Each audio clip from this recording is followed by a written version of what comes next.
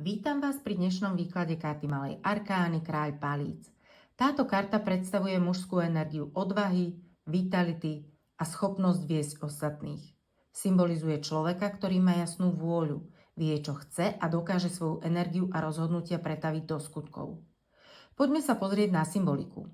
Kráľ reprezentuje aktivitu, schopnosť vykonávať svoju vôľu a prirodzene zastáva vedúcu úlohu. Trón, na ktorom sedí, zdôrazňuje jeho moc a autoritu, pričom táto moc je stabilná a je spojená s vyšším poriadkom.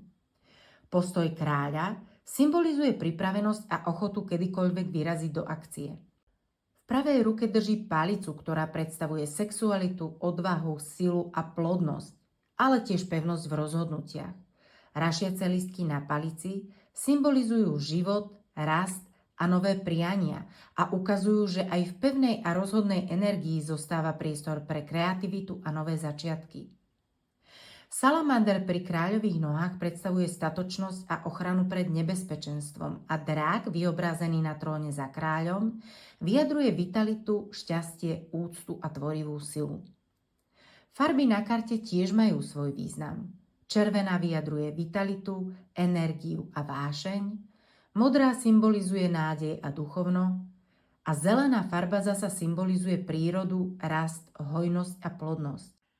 Celkovo karta Kráľ palíc hovorí o človeku, ktorý je sebavedomý, odvážny a schopný viesť ostatných. Ide o energiu rozhodnosti, iniciatívy a schopnosti realizovať svoje ciele bez ohľadu na prekážky.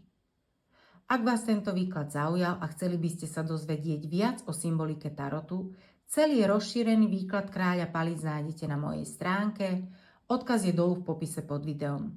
Ďakujem, že ste dnes boli so mnou a ak vám tento výklad priniesol inšpiráciu, poteším ma, ak dáte videu like a prihlásite sa na odber, aby vám neunikli ďalšie tarotové výklady.